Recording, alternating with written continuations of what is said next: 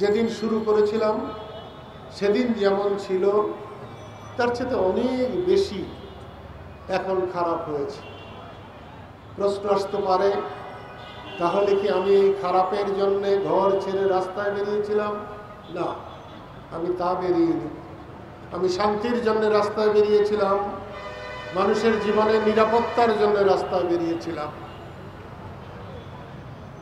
শান্তি কতটা এসেছে জানি না, কিন্তু তখন যেভাবে মানুষ পুড়ে মরছিল, গাড়িতে আগুন জ্বলছিল, সরকার যদিও শুধু বিরোধী দলকে অভিযুক্ত করছে, কিন্তু এই জ্বালা ও পোড়ায় সরকার এবং বিরোধী দল উভয়েরই এখানে সংশ্লিষ্টতা আছে, উভয়েরই এখানে দায়িত্ব আছে। একজন ধোয়া তুলসী পাতা, আরেকজন অপরাধী, এটা নয়। অপরাধী হলে উভয়ই অপরাধী, তুলসী পাতা হলে উভয়ই তুলসী পাতা, কিন্তু এখানে কেউ তুলসী পাতা নয়, উভয়ই অপরাধী। একজন দায়িত্ব পালনে অবহেলা করেছেন এবং এই পুরে মানুষ মরে ছারখার হয়েছে, যারা আঙ্গার হয়েছে, এখানে অন্ততপক্ষে সরকারের ব্যর্থতা স্বীকার করতে হবে। এখানে প্রচুর ব্যর্থতা রয়েছে। তার আজকে আমি এই দীর্ঘ সময় ঘরের বাইরে থেকে যেটা উপলব্ধি করেছি তা হলো বাংলাদেশের শতকরা ৮০% সমস্যা দূর হতে পারে জনসমর্থিত একটি সরকার নির্বাচিত হলেই। বাংলাদেশের বর্তমানের সমস্যার ৮০% আপনা আপনি দূর হয়ে যেতে পারে। সাধারণ মানুষ চায় সম্পূর্ণ সরকারি প্রভাব মুক্ত নিরপেক্ষ নির্বাচনের দ্বারা একটি জনপ্রিয় আস্থাশীল সরকার এদেশের মানুষ কামনা করে। এই দেশে যে মুহূর্তে একজন জনগণের আস্থাশীল একটি সরকার প্রতিষ্ঠিত হবে অবাধ প্রভাব মুক্ত নিরপেক্ষ নির্বাচনের দ্বারা, সে তখন থেকে মানুষের মধ্যে একটা আস্থার ভাব বিরাজ করবে। আজকে দেশের সবচেয়ে বড় সমস্যা আস্থাহীনতা, একে অপরের উপর আস্থার অভাব। তাই সেই আস্থা ফিরিয়ে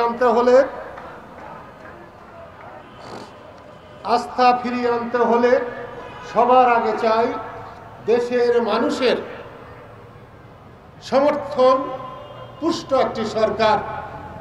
নির্দ্বিধায় বলা যায়, গত ৫ই জানুয়ারি ভোটারবিহীন নির্বাচনের মধ্য দিয়ে যে সরকার গঠিত হয়েছে, সে সরকারের প্রতি দেশের ৯০% মানুষের কোনো আস্থা নেই। এবং এরকম আস্থাহীন সরকার পৃথিবীর আর কোথাও আছে কিনা আমার জানা নেই। এবং এতটা আস্থাহীন সরকারের জবরদস্তি রাষ্ট্র পরিচালনার পরেও আমরা যে চলছি, এটা আল্লাহ চালাচ্ছে, আর কিছুটা এদেশের মানুষ এখনো মানুষ আছে, সেই জন্য চলছে। এখানে সরকারের কোনো কৃতিত্ব নেই। আমি একটা জিনিস অত্যন্ত বিনয়ের সাথে সাংবাদিক বন্ধুদের মাধ্যমে দেশবাসীর সামনে তুলে ধরতে চাই। খুব সম্ভবত কয়েকদিন আগে আমাদের মাননীয় প্রধানমন্ত্রী নেদারল্যান্ড থেকে ফিরে এসে এক সাংবাদিক সম্মেলনে বলেছেন, আমাদের দেশে আইএস আছে, এটা প্রমাণ করতে পারলে বিদেশি ফাঁসি ফাঁসি ফাঁসি। আমরা আন্তর্জাতিক দুনিয়ায় ফাঁসি দেওয়া দেশ হিসাবে আবার কবে না আমরা ১ নম্বরে স্থান করে নেই। এটা কিন্তু মানবতার জন্য খুব ভালো লক্ষণ নয়।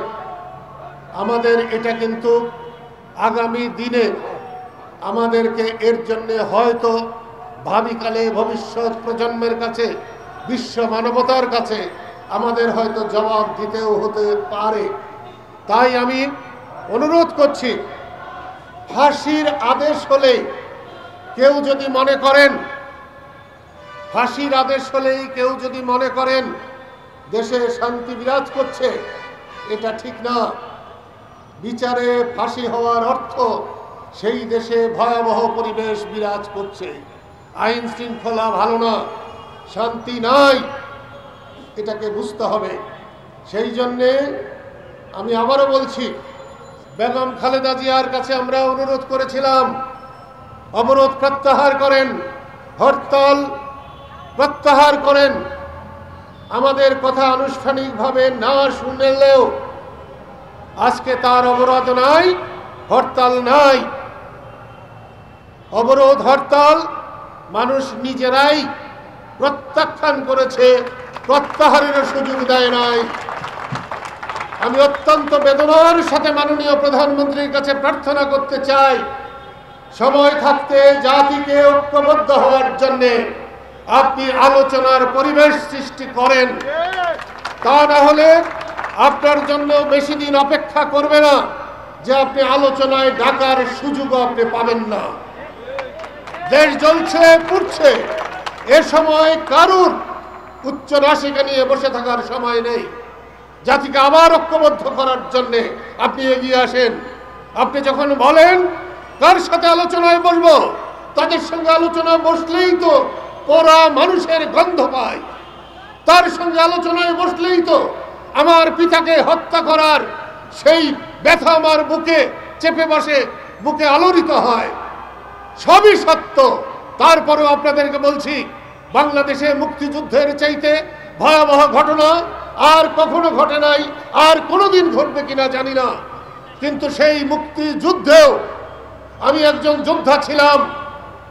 যেদিন পাকিস্তান হানাদার বাহিনী আত্মসমর্পণ করে, সেদিনও হানাদার বাহিনীর প্রধানের সাথে আলোচনা করে আমাদের ঠিক করতে হয়েছিল কোথায় কিভাবে আত্মসমর্পণ করবে এবং তার হানাদার বাহিনীকে আমরা কিভাবে নিরাপত্তা দেব, এটার জন্য আলোচনা করতে হয়েছিল।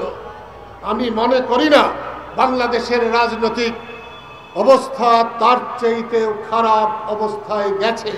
তাই আপনি বঙ্গবন্ধুর কন্যা হিসাবে আপনাকে জাতির জন্য আরো ত্যাগ স্বীকার করতে হবে। আমাকে পছন্দ না হয়, আমাকে আপনি ত্যাগ করুন, কিন্তু জাতিকে পছন্দ করে জাতির সমস্যা সমাধানের জন্য যার সাথে আলোচনার প্রয়োজন আপনি তার সাথে আলোচনা করবেন, এটা আমার বিশ্বাস, এটাই আমি আশা করব। আমি পরিশেষে এই মতিঝিলের আশপাশের যারা আমাদের জন্য দীর্ঘ 64 দিন কষ্ট স্বীকার করেছেন, আমাদের জন্যে বিব্রত হয়েছেন, আমাদের জন্যে যাদের দোকান পাটে কষ্ট হয়েছে, যাদের অফিস আদালতে আমাদের মাইক চলার জন্যে কষ্ট করতে হয়েছে, তাদের কাছে আমি ক্ষমা প্রার্থনা